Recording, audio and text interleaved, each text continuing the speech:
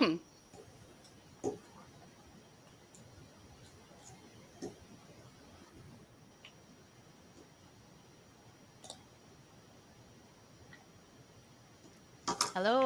good morning, good afternoon, good evening, everyone, depending on which time zone you're joining us from. And welcome to our joint webinar hosted by the One UN Talent Group entitled UN Careers in Motion, Women Making a Difference. My name is Jacqueline Malapitan. I'm a Human Resources Officer at UNIDO, and I'm honored to be your moderator today. I'm joined by my co-moderator, Mr. Jorge Alsina, HR Officer from the World Food Program, and we're both thrilled to guide you through this inspiring conversation. Today's webinar brings together 5 remarkable women from across the UN system, from UNESCO, UNIDO, UN Women, the UN Secretariat, and UNDP, each with a unique story and career path. The theme of our discussion is Women Making a Difference in the United Nations System, and we'll explore how these professionals have navigated their journeys, overcame challenges, and contributed meaningfully to global development and peace. So the format of today's session is divided in 2 main parts. First, each panelist will briefly introduce themselves and share their personal journey to and within the UN. In the second part, we will ask each speaker some questions to dive deeper into their experience and insights. Then lastly, if time allows, we will open the floor for additional questions from the audience to our speakers. You can submit your questions in the comments at any time, and we'll be keeping an eye on that area. We hope this session will inspire and inform those considering or pursuing already a career in the UN, especially women making a difference. So let's begin by hearing from our first speaker.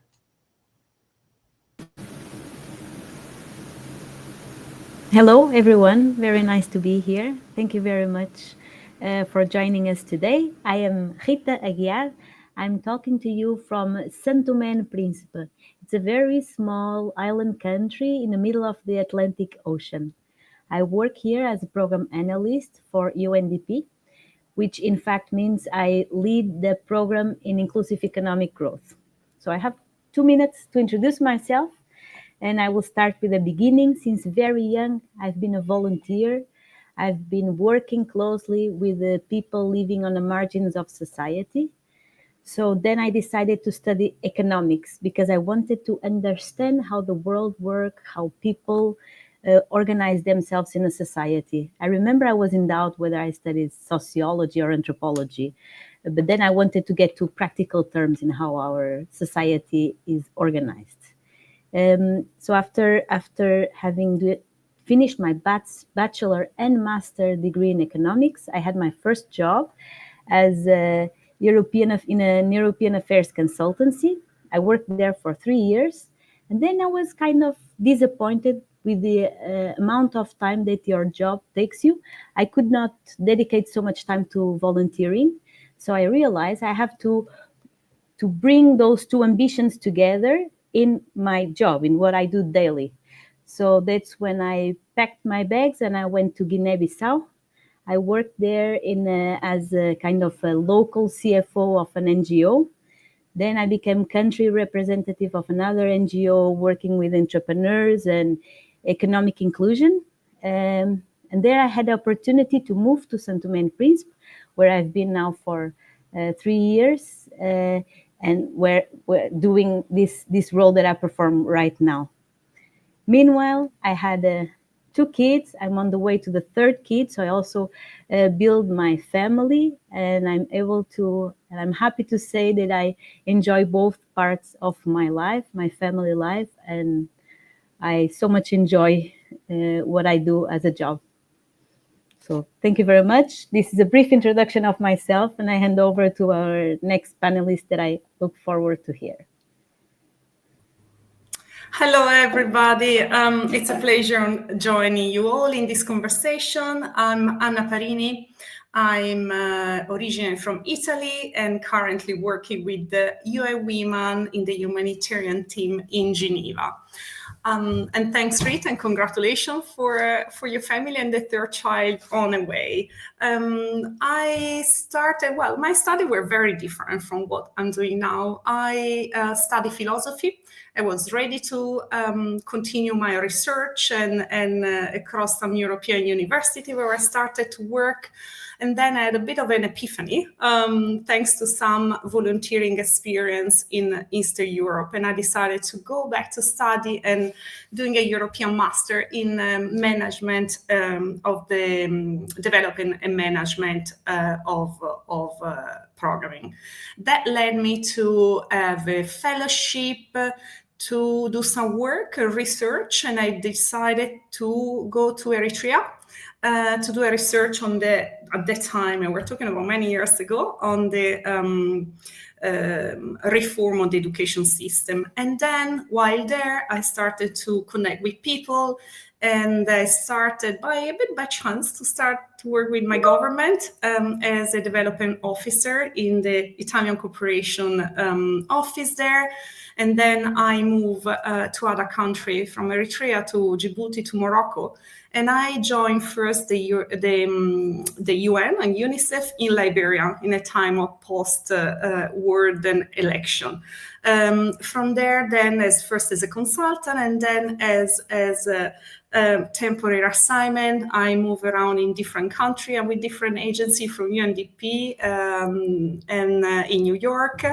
And then I moved with UN Women 10 years ago in Fiji. A very small remote island, so a bit of a change in scenery throughout my career. From Fiji, then I move always with UN Women in Ethiopia. So a large number of people living in Ethiopia, in a landlocked country from a Pacific Ocean island.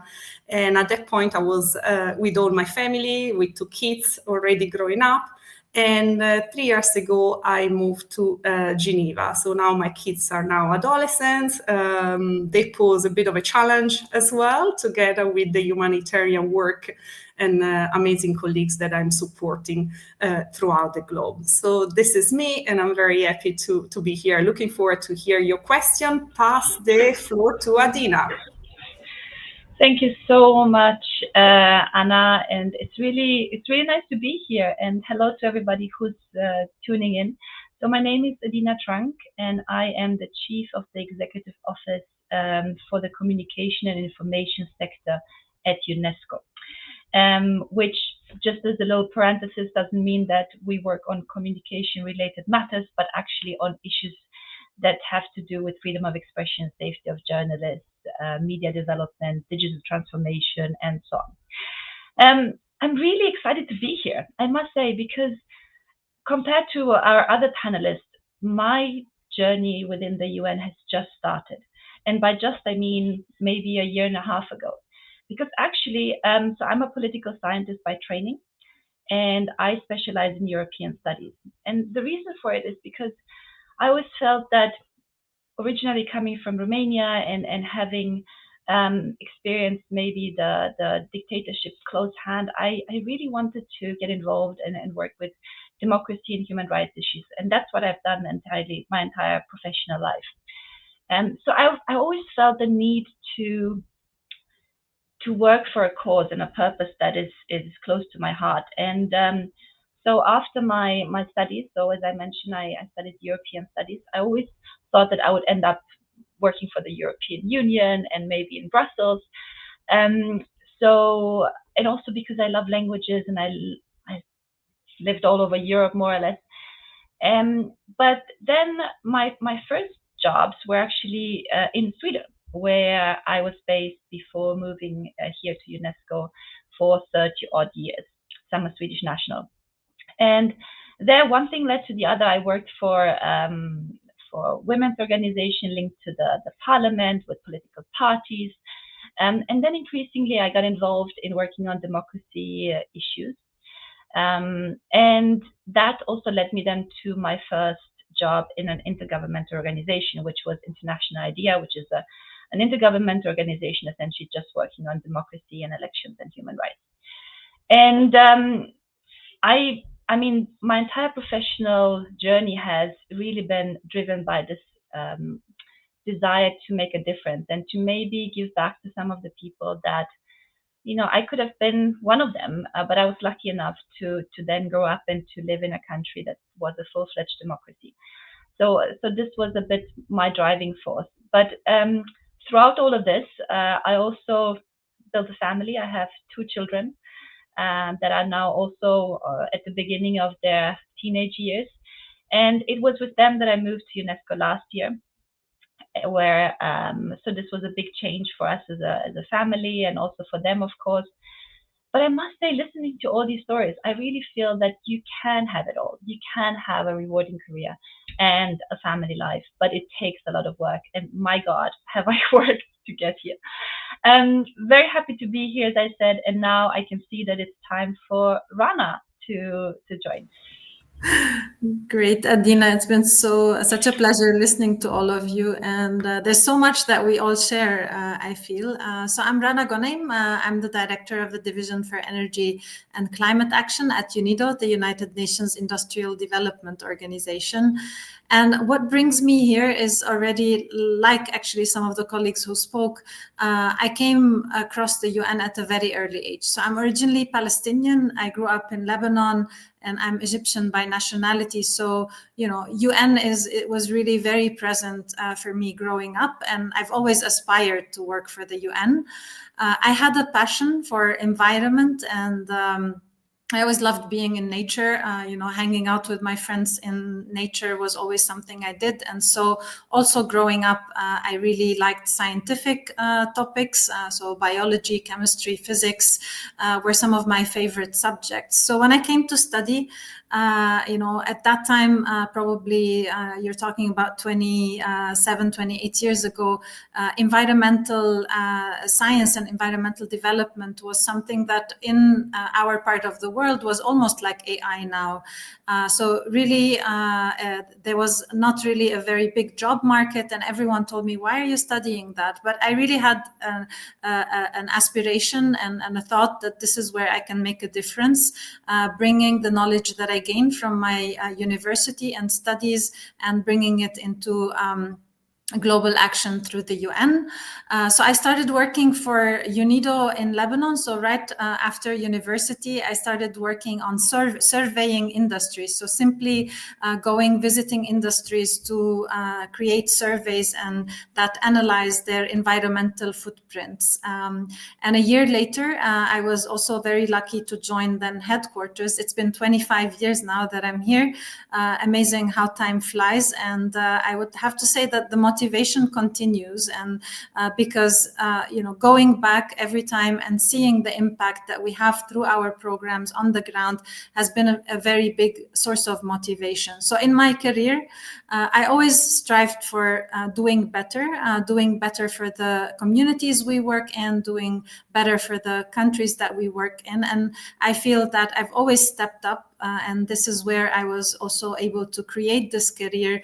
So being now also coming to quite a senior level within the organization at the director level. So really, I think hard work and commitment and being aspired by these duties that we have is something that certainly pays off.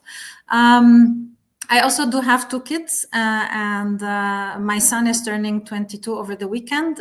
So this is a very exciting milestone. I also feel that that was a nice combination because although when I was 25 and I had him, it was, I was jumping on the bed with him, enjoying all the time. But now basically, being a senior also representative, there's also more of the balance because of course I also help aspire my kids into how they can make an impact as well in the society. So I'll stop here and I'll turn it over to Hiroko. Thank you very much, Rana. My name is Hiroko Hirahara. I'm a director of civil affairs in UNMISS. It's a United Nations mission in South Sudan. I'm representing the Secretariat docket of this forum. And you're probably wondering why you say Secretariat and I'm in the peacekeeping mission. Actually, peacekeeping mission is part of the Secretariat. I have a little bit of different career than everybody else because most of my Korea was in a so-called sort of a dangerous zone, post in conflict area, because naturally I'm in the peacekeeping. So it's either you are there to keep the peace, or that you sometimes have to enhance or enforce the peace in the country. I started thinking about working for UN long time ago when I was very young in junior high school in Japan. I'm coming from Japan. But, I mean, just like ordinary Japanese, and at that time that nobody really thought about working outside of the country. And, you're always so worried about your school and then passing the test and going to the university, good university, and what kind of company that they're going to be working with. But I read this one book about some woman executive in that time it was ILO, Japanese person. And then I was very much inspired by how she was really advancing the career in as a Japanese woman in the United Nations. And I'm like, I started just thinking about, okay, maybe this is something that which is something that is like a goal, like you wanted to actually to move towards. So when I decided to go about your education sort of direction, I thought about going to high school abroad as an exchange student. Then later on, I decided to go to university in US. Just like Rana, I also studied the environmental area, because as she said, it was at that time, it was a quite new thing. I thought I was very much interested and interesting career, and then areas of study. And after I graduated, I actually I learned that I had to get a master's degree to actually work in United Nations, because some of those criteria is that when you look at the vacancy announcement, that it's always say the master's degree. So I said, how do I do that? Because I spend all those money for the 4 years university work in US. Then I said, okay, I think, and there's a way to do it, is to continue working in Japan, but that I can actually work in and then attend the university. That's how I got the master's degree. But that time that I was already gearing toward that I wanted to get into the career of the United Nations. And then finally, I got into the United Nations as a JPO, UNEP, because remember that I had a study of the environmental study, so that I actually pushed for that. And then I was working for the United Nations Environment Program. They administered environmental convention called Basel Convention, and also after that I worked for UNICEF WASH program. Now, how I ended up as working in the peacekeeping missions, I think you notice that nowadays most of the conflict is resource-based. Resource-based means that you're looking into the environment, natural resources. So it looks a bit far from the environmental studies, far from the conflict resolution, but in reality, there's a lot of similarity. So when I got a job after I working for the UNICEF and WASH program in the peacekeeping mission, the first one was in Liberia as an environment and natural resources advisor to the mission, where I met Anna. And then also after that, I worked in Darfur. This is a hybrid peacekeeping mission together with the African Union. And then I worked briefly in Cyprus, and now I am in South Sudan. I did 2 head of field office job in the 2 different locations, and now I'm a director of Civil Affairs Division. And Civil Affairs Division is the place that we deal with peace building and then conflict resolution and conflict prevention in the country, which is really a very important subject in a place like South Sudan. I'm very much looking forward to have interactive discussion with you. Thank you so much. All right. Thank you very much, Hiroko. So we're now moving to the second part of our session, where we're going to ask each speaker some questions to dive deeper into their experiences and insights. So let's start with Anna. Anna, we have a question for you. Can you share your experience working in the humanitarian field, how women have contributed or impacted, especially in times of crisis? Thanks, Jorge. This is a big question, and I'm the one breaking the ice today. So, and it's a very appropriate question. Working currently for the past 10 years for UN Women, who is that is the organization mandated for gender equality, women empowerment. Being a woman and having working in different area really got me even more passionate about what I'm doing and exposed to different way to contribute. So I think that working in the humanitarian field, and Hiroko-san mentioned, is one of the most challenging and rewarding at the same time kind of job. It means be present with people when people are facing some of the most difficult challenge of their life, either due to conflict, displacement, or natural disaster and causes. And it means to try and make sure that the collective responses that we all contributed towards not only saves life, but respect the dignity and build the resilience and acknowledge the differences between men and boys, women and girls.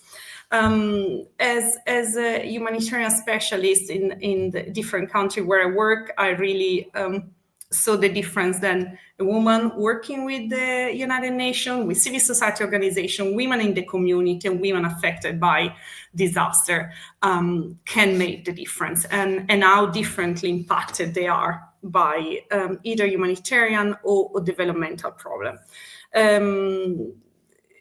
I don't want to sound like preaching, but we need to acknowledge the fact that women and girls are starting from a more disadvantaged point, and very often in the time of disaster, conflict, or displacement are even further left behind. I want to touch upon a couple of experiences. One main one that really changed a bit my view was working with in Fiji, a small island, very small population, enjoyable kind of work, very close to the community, the way in which I feel it can make a difference and serving people that we meet and I met every day. There was one of the hardest and most violent cyclone during my time there that destroyed a lot of infrastructure, livelihoods, sources, and taking life as well. And in that small environment, the response and my colleague contribution, and the women in the community was impressively astonished. The sense of solidarity that quickly builds up in a need to respond, in the need to reach the most vulnerable people, really is a strong fil rouge that connects us all. It was me, UN Women, my female colleague that had been impacted in their own family, in their own community, and women's working around Fiji and around the area that was most affected.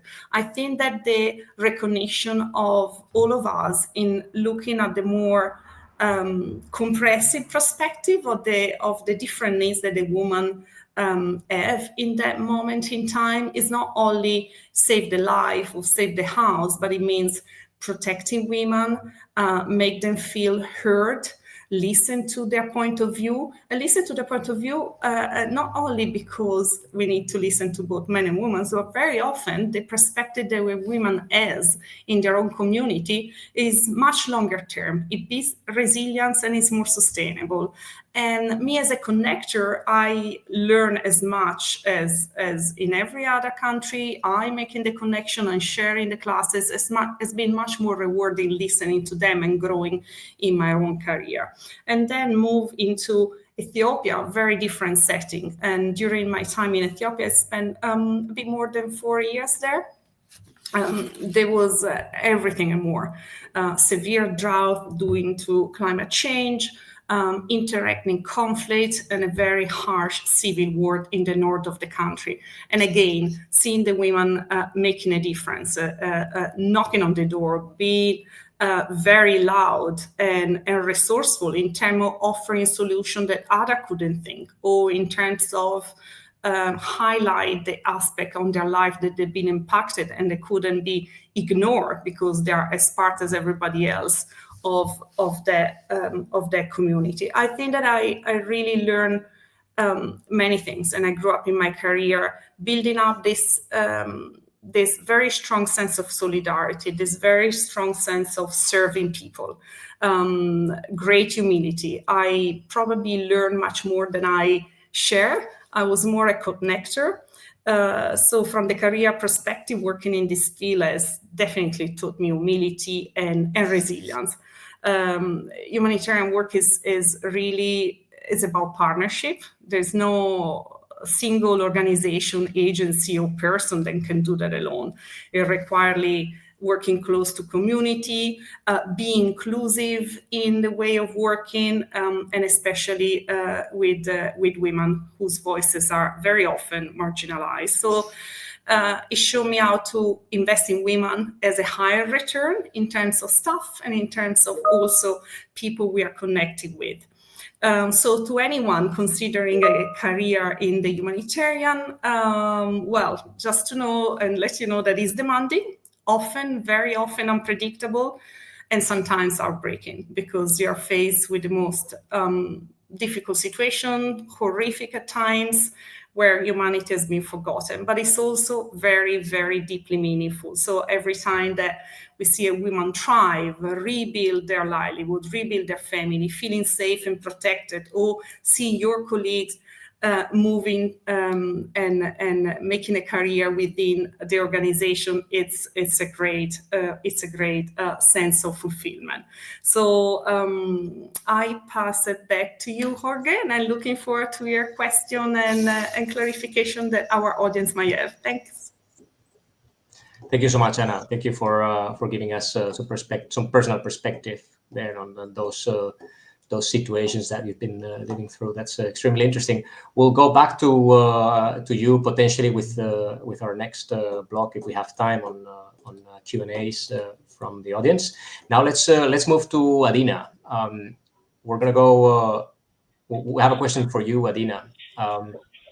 What was the biggest adjustment you had to make when transitioning from your previous organization very recently, as we heard, into the UN system? Thank you so much, Jorge. It's a very good question. It actually made me reflect quite a bit on this, because obviously the adjustment has been both on a professional and a personal level. But let me first start with the professional. I think that coming in mid-career in a leadership position in any organization isn't easy, because obviously there have been people that have been there for much longer than you have, people that know much more than you do. But you still want to contribute, and you still want the challenge, and you still want something that you can do to be part of this group. And I think for me, the biggest challenge, or not the biggest challenge, the biggest adjustment has been that I was used to, let's say, know everybody, and also to have a lot of independence, and for things to move at a certain pace. And coming into the UN, I really felt for the first time in a very long time like a small fish in a big pond. Whereas before I was maybe a fish in a little aquarium, very similar in structure, right? I mean, there was still water and fish of different sizes and different places you could navigate. But suddenly I found myself in something that resembled more of an ocean. And of course, it takes time.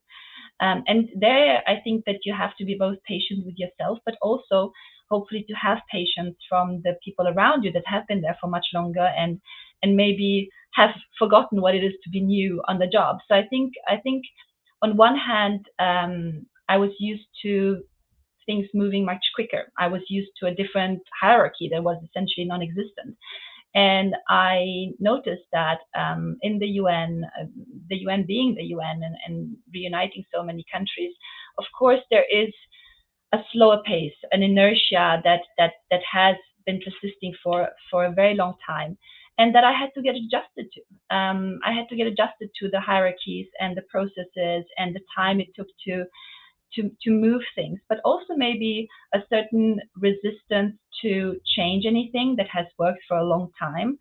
And again, coming from a different background, even if it is within this line of work, I'm not a patient person. I like things to move. I'm pretty efficient. I see opportunities. I want to go after them. So I think it really demands a reset for me mentally to understand that, okay, let's move things slowly, but we're still moving. And it's so important that we're moving because the impact we're creating is on a completely different scale. So I think that's really on the professional side. It's the hierarchies, it's the pace of change, it's getting adjusted to a much bigger ecosystem than I was used to. Then maybe on the personal level, just mentioning it very quickly, I think it is always an adjustment. And I mean, I was lucky enough to move within Europe, but I can only imagine what it's like when you move across continents and to very different contexts. I think that should also be taken into account, that there needs to be a lot of discussions and deliberations and really a thought-through process that is also allowed to take time, because everything is new. From schools to doctors to everything that is around you in your life. We're not just working machines, we're human beings, and often women take a lot of the responsibility for the social life, the family life, the parents if they're not in the same country. So we need to take this into account when we do those moves, that really we need to allocate some time for these as well. And maybe I would say lastly, I think one of the biggest adjustment was to see how wonderful colleagues can collaborate from all over the world despite ongoing conflicts and wars, and everybody's working for a cause. And that's really why I wanted to join the UN and do this job, because in the end it's the substance that matters. It's the reason why we're here, why we're getting up and getting to work every day, and seeing people from all over the world disregarding political context and maybe all sorts of differences, and reuniting around a cause. That I find it so powerful, and it's really the driving force that makes me get up every morning, at least. So yeah, I'm also very glad to hear if you have any further comments or questions, and also to get to know the audience a little bit. I mean, I'm speaking to a blue screen. I don't know who you are, but anyway, it's very good to hear from you later. Thanks.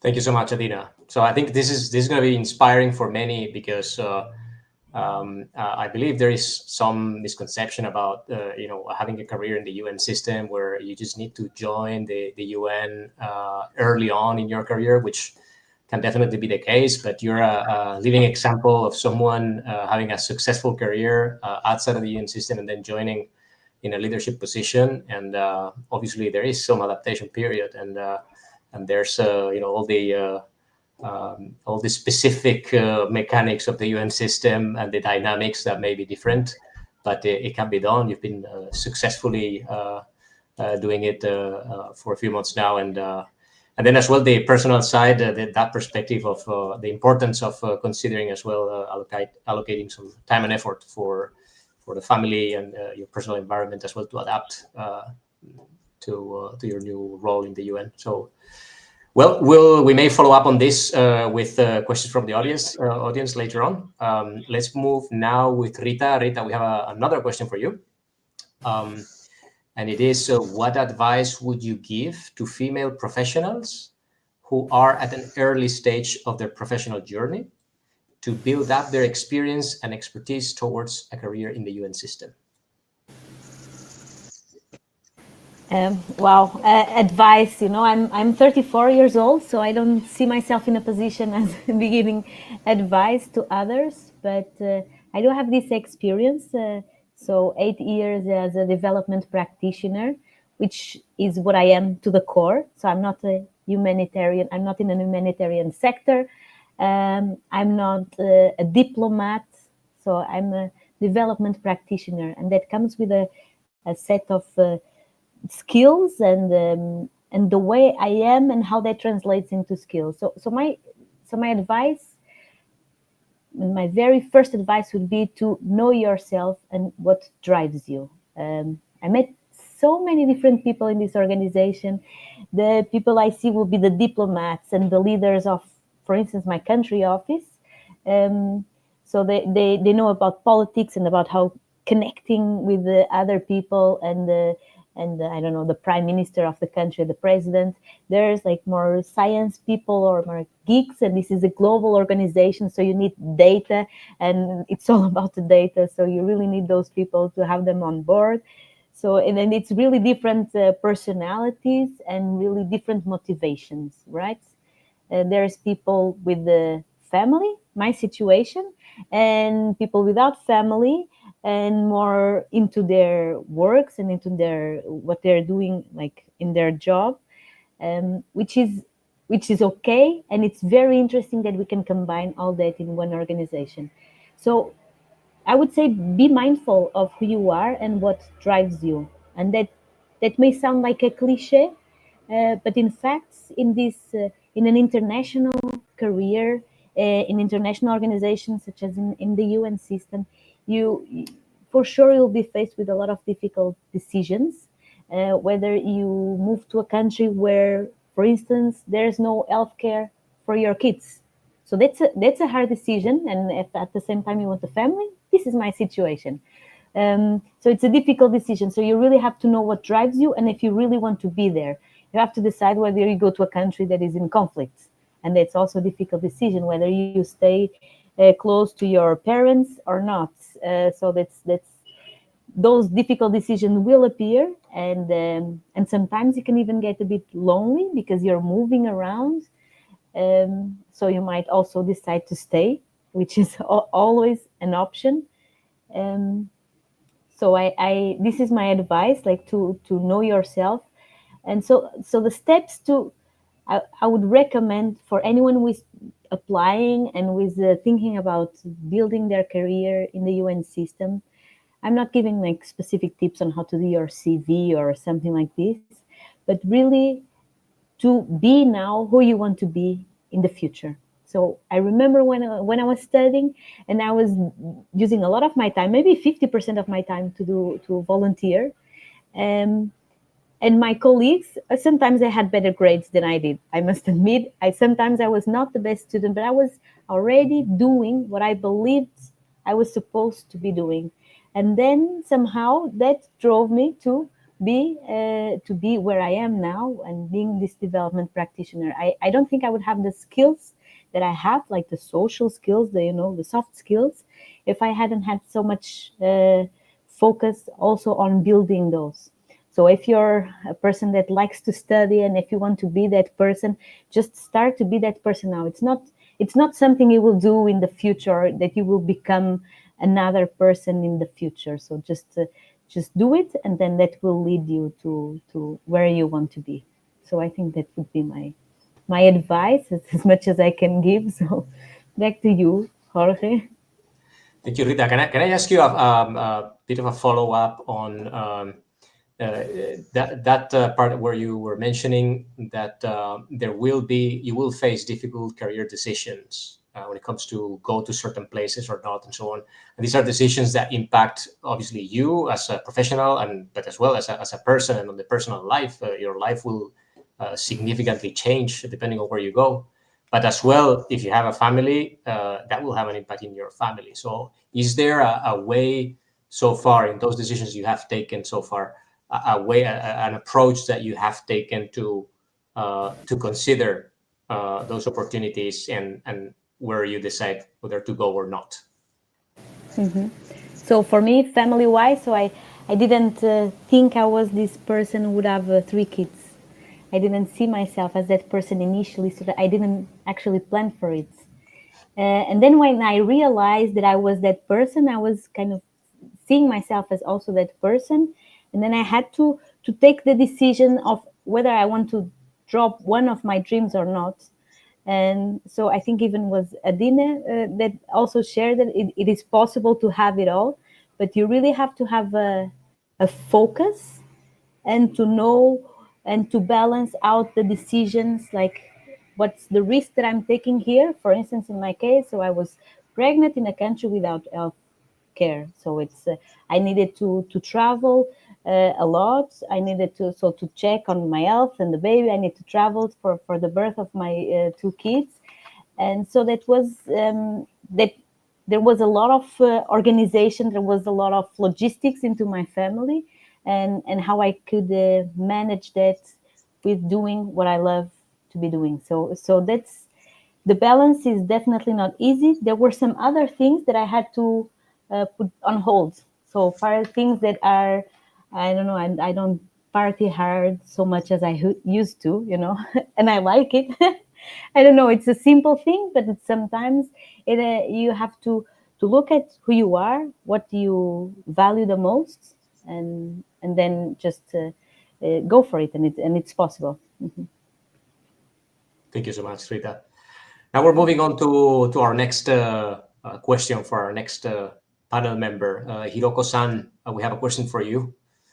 And this is, well, peace operations present a very unique professional and personal environment compared to headquarters or other settings. So from your experience, what are some of the specific challenges and opportunities for women leaders serving in peacekeeping missions? And how have you personally navigated them? Thank you very much. I hope, yeah, you can hear me. Yeah? Thank you very much. Actually, that a few minutes ago, I saw the chat box saying about 400 people joined, maybe more now. So I'm very happy that we are actually, I can only see you, but we have so many audience. I think many people think that the peacekeeping operation is only for the military and police. And yes, it's true that there is a lot of opportunity for the military and police women, because nowadays troop contributing countries and police contributing countries encouraged to have their own female officers join in the peacekeeping. But in reality, that the many of those missions are headed by civilians. And for example, we have like large missions in African continent, MONUSCO, which is in Congo, and MINUSCA in the Central African Republic, and us as UNMISS, the United Nations mission in South Sudan. And those are quite a large peacekeeping mission, multidimensional, very much integrated, so that we are not, it's not like only one component, like a military does everything and then civilian section supports, not like this. All those missions are designed to have each component does equally, so that we can tackle the protection of civilians in the different tiers, like one pursue the protection of the civilian in dialogue. Another one is a physical protection. This have a lot to do with the military and police. And then also that how we create a conducive environment for the protection, because we are peacekeeping mission. So we do go and then operate in a very difficult conditions, but we don't provide humanitarian aid. It's not like we are a humanitarian agency that we are going to those locations and then doing the distribution of humanitarian aid, but rather we do the assessment and what kind of protection needs they have. We do actually support the humanitarian agencies and funds and program to deliver their aid in a very secure environment. Sometimes we deploy some of those peacekeepers to provide and then secure the environment for such kind of deliveries. But even that, we don't just send the military personnel, we go together, and so that we can actually have a dialogue on the ground. I think that the environment is very difficult, but it does actually poses a lot of opportunities as well, because when you are looking at the victims of the conflict, many of those who are deeply affected is a woman. And for them, naturally, that they would like to speak with a woman to go there and then talk to them and then what actually happened. And I think many people think that those women who are affected by the conflict or sometimes unfortunately become the victim of the conflict, people think that, oh, those are poor women, we need to really give them support. Of course, we do have to give them a support, but there are many of them are very, very strong. And then they wanted to come out and speak up about what they had experienced and how can they contribute to make their country better and safer, so that the other woman does not have to go through what they have been going through. And then they are eager to join in the political discussions. That's where we come in as a peacekeepers, especially for the civilian side, like we are doing, is to provide that platform and then go to the deep field and then talk to those women and then say, now, this is a chance for you to actually talk. What would you like to, not for AMIS or peacekeeping to do, but what do you want from your own country? And then this is a kind of opportunity that we are the only one who can actually facilitate with the help of those agencies and funds and programs very much interested in those programs, because peacekeeping mission is usually a very large operation, and then we have logistics and then the resources to actually go to some of those deep field. So those are the kind of opportunity that unique opportunity we have, and I very much feel obliged, or I feel very much empowered by opportunity that I had to work in such kind of environment, because you feel like, okay, maybe they were really looking up to me as being a woman leader, so that it's not only about us providing those platform and the discussion, which is very important, but they're also thinking that, well, if Hiroko can do it, maybe we can also do. I remember one time that we have a very serious discussion in a large crowd of people, discussing about what is a peace processes, what would you like to do for your country. But the majority of the participants are men, especially the one who's participating. But then I noticed that there's a periphery of that area where we are having a meeting. I see women standing there watching. Many of them are like bystanders or observers, but they are not part of the meetings, but they're actually outside watching. Not because we excluded the women to be in the actual discussion, but naturally that when you go to talk to the authorities, that they're most of the leaders are men, so that they actually, we ended up as having a lot of men talking with us. My side also, nowadays it's not so, it is gender parity of the peacekeeping mission is much, much better, but still that my side, when I'm talking, that there are all these people I'm coming with, many of them are men. And then also that I go with some of the protection people, that they are all military and police, so they are men. So it's quite male-dominated environment. And I remember one time that while I was talking, then my turn comes. And then I had a speech that I was prepared and I was going to read it. But then I just dropped the paper and then I just looked at it. I said, there's no gender parity here, that I think there's a very few women.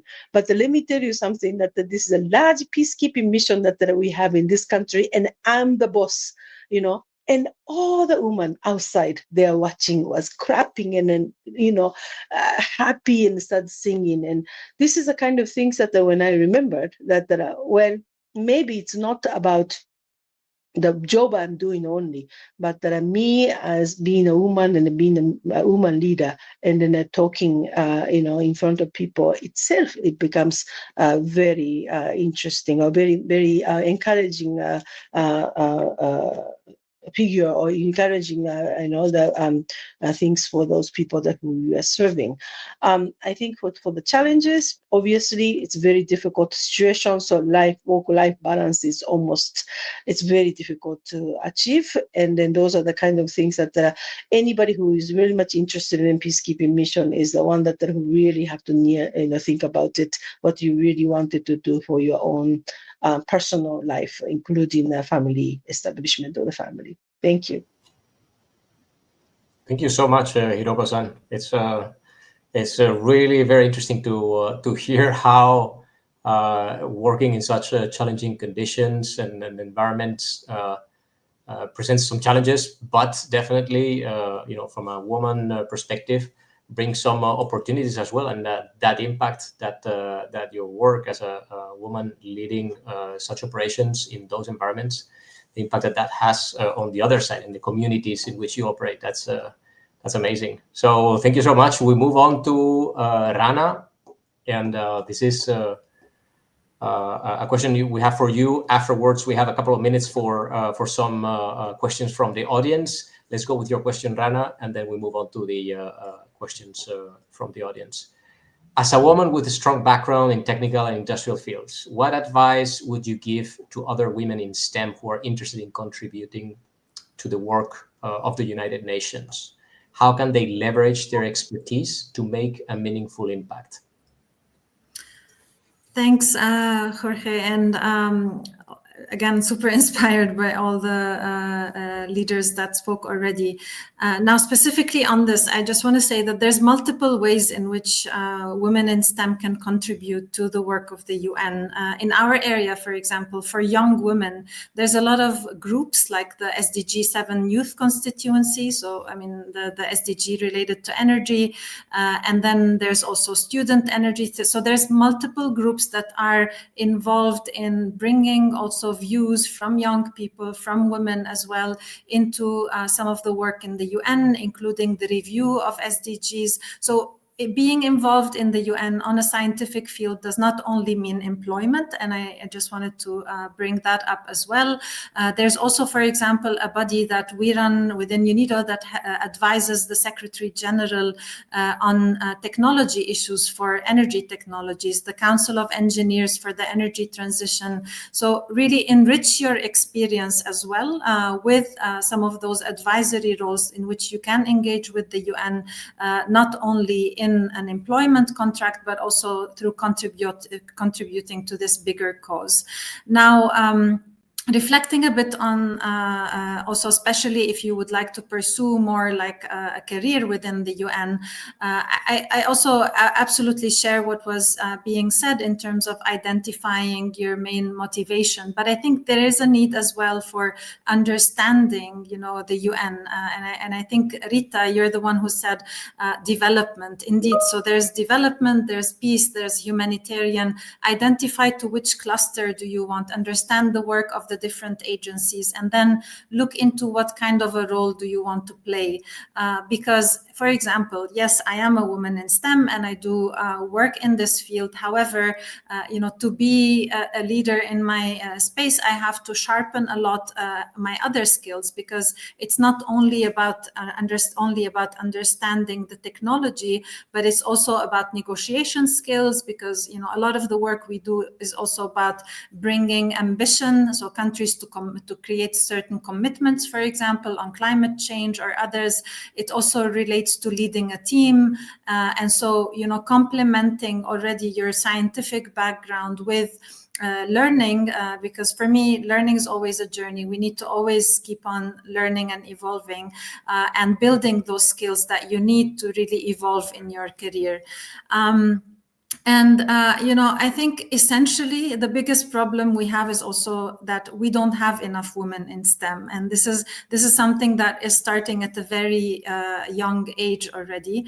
And so my plea to all women that are in STEM or not in STEM is just to encourage more young women to really get into this field. And so when we have more coming into the workforce, I think we need to also be aware and cognizant of some of the challenges that the women will have. I mean, as I already mentioned, I started at a very young age my career in the UN, and so being a young woman engineer in a field which was already also very much male dominated, of course, this is something that you have to build resilience. You have to also have the confidence to speak, and you have the patience as well sometimes to just to look at the bigger picture and see where is it that you want to drive and how you can drive towards your second objectives. So having a plan for where you need to be, by when you need to be, I think is always helpful for sure. The other challenge is also irrespective. I mean, for sure, for as a young woman, you have a double bias, the age and also the gender. But then throughout, as I mentioned, also I started with surveying industries, and also later as I worked on different conventions, traveling to countries where I visited also many industries is also been part of my journey. And so every time, again, mostly seeing that at the table there's only men, and many times I was the only woman. So how do we bring awareness on that this is not the norm? This is also part of our role as women leaders, to just say, to point it out a bit, very much like what Hiroko-san has mentioned, is just like, this is really not normal, and this is not how we should be in the present age and time. And I think slowly, things do change, and you can make that also more visible. The other element is empowering women around you, and again, I think many women, as Hiroko-san said, may sit in the back. As a team leader, also my responsibility, I take it very much, is like really encouraging them to be in the front, encouraging them to present, encouraging them to talk, encouraging them to say their opinions, to apply also, because we need to take more risks, and to grow in the current constellation, we do need to take more risks. And so having that encouragement and also helping them in building a network, because a network of the supporters around you, and this can be it doesn't need to be only women as well. Of course, we're talking about women leaders, but I need to say one challenge for me that started already at a very early pace in my career is that I travel a lot, and having a family. So although I'm not based in a duty station, which is severe, I do travel to a lot of these duty stations. Arriving at 2 a.m. Alone, in a country where there's a lot of security issues is a challenge. Knowing that I'm leaving my children as well to travel to these countries, and maybe on that night, one of them will have fever. So these are things that you do need a support system, and for sure the partner that you have that supports you to also make sure that he is there or she is there for the children is a very important element. And within the workplace as well, finding those partners, allies, whether these are colleagues at the same level, higher levels, but just basically allies that can also help in the advancement of the women empowerment within the organization and also abroad. I think one exciting part of my work is also more looking at how do we empower women on the ground through our projects, and that is the impact that we promote within UNIDO.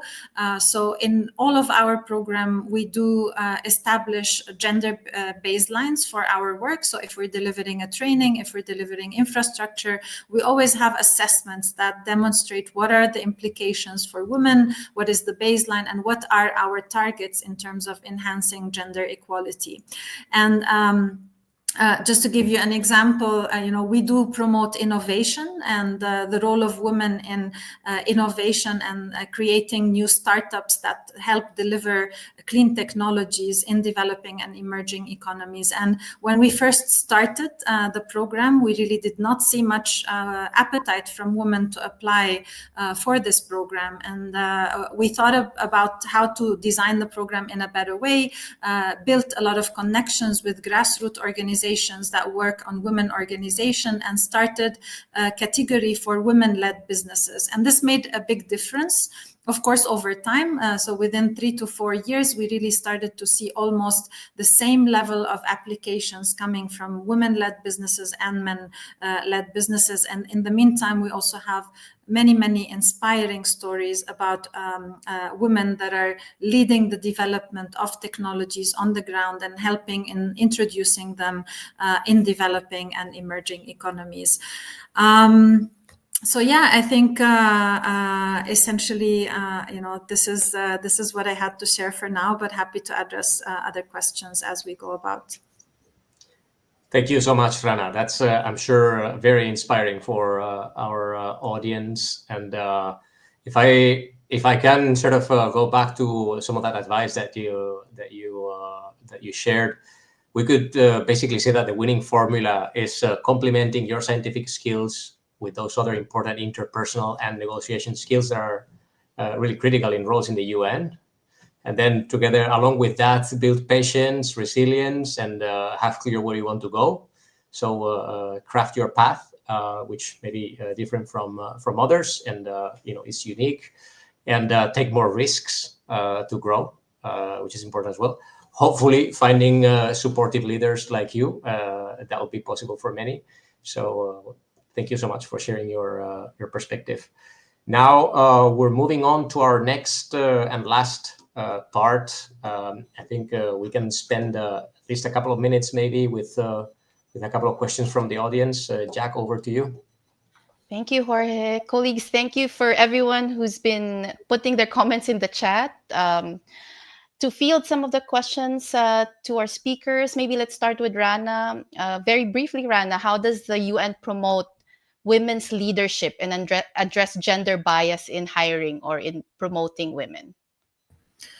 So all the UN, and I am sure Anita probably has a lot more to share on that. We do have something called the UN swap, where the UN has certain commitments in terms of how we are improving gender parity within the UN, whether in terms of having certain policies that would help in making the working environment better and more fit for women, because at the end we need better maternity leaves, we need better flexible arrangements. So it's a combination. It's not only about promotion. There's a part which is the environment. There's the part which is possibly also setting some goals and targets in terms of the number of women that we want to see within certain roles, and then starting with long lists and short lists that have more women in them, doing more outreach. And kudos to you, Jack, and all the team in UNIDO that does all this outreach, that we do see a lot more interest from women that is coming into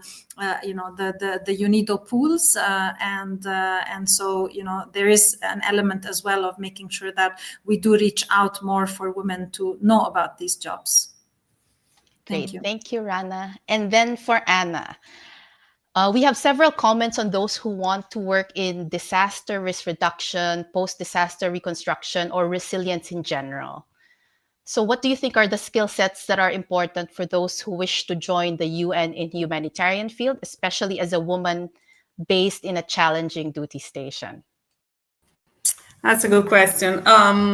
In my personal experience, it was very helpful to be already in country affected by disaster. Is where the connection and your availability and you get to network better. We have been seeing an increased number of staff engaged in DRR, and also, of course, on the other end of climate change, that some very strong technical capability and often are coming from experience from government or civil society. So technical capability in terms of building up a warning system or train government official and civil society organization in the modality of preventing disaster and building resilience. It's a more and more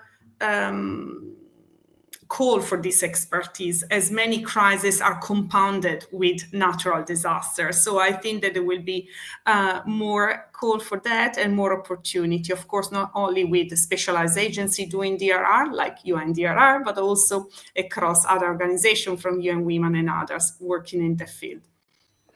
Thank you, Anna. And maybe let's pick one last question. Adina, for those who want to work, for women who want to work in marginalized sectors and work with the UN, do you have any tips on how to begin? Marginalized sectors. Let me see if I understand the question correctly. If how to work with women that are To support women marginalized. in marginalized sectors, yeah. Okay. Well, I think that the UN as a whole works with gender equality, and I think that there are several issues that I can mention very briefly because I know we're out of time. I think one thing is it's always good to have field experience. It's always good to come into the UN with practical experience from the ground. And then be very open-minded because, as I mentioned, all UN agencies more or less work on these issues, and they try to bring women into all the programs that they're working on. So because marginalized women have needs of various sorts, and I think that this is also what then allows people wanting to work with this target group to really target multiple UN organizations. I know that, I mean, just from the plethora of colleagues here, you can hear that all of them are working on gender issues and marginalized groups somehow. And maybe lastly, I think one thing that we haven't talked about so much, but it's language skills. I do think that it's an important skill to harness in addition to maybe have an experience in gender issues and discrimination and inclusion and so on. So get the thematic expertise, but also get some language skills and then ultimately get some field experience and then seek broadly. I think that really this is my best tip for anybody trying to look for a position in the UN. Apply, apply, apply. Put your best foot forward. Don't be afraid to show your skills. And really, the UN, I think, is so diverse, and we're also looking for that kind of expertise. So I think that, you know, if one door remains closed, try the other one.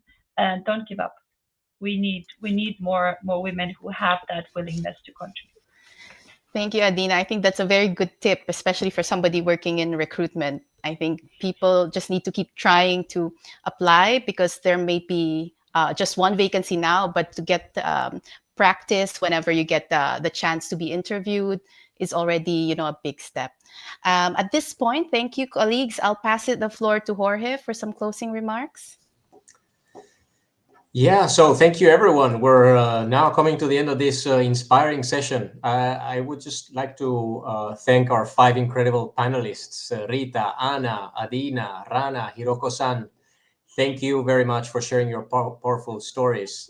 Your experiences remind us that careers in the UN are not just jobs. They really are transformative personal journeys with great impact. So thank you for that. And then finally, a big thank you as well to our audience. Thank you for your engagement, your questions, and to UN volunteers, of course, for making this event possible. Please follow them if you're interested in more webinars like this about working in the UN.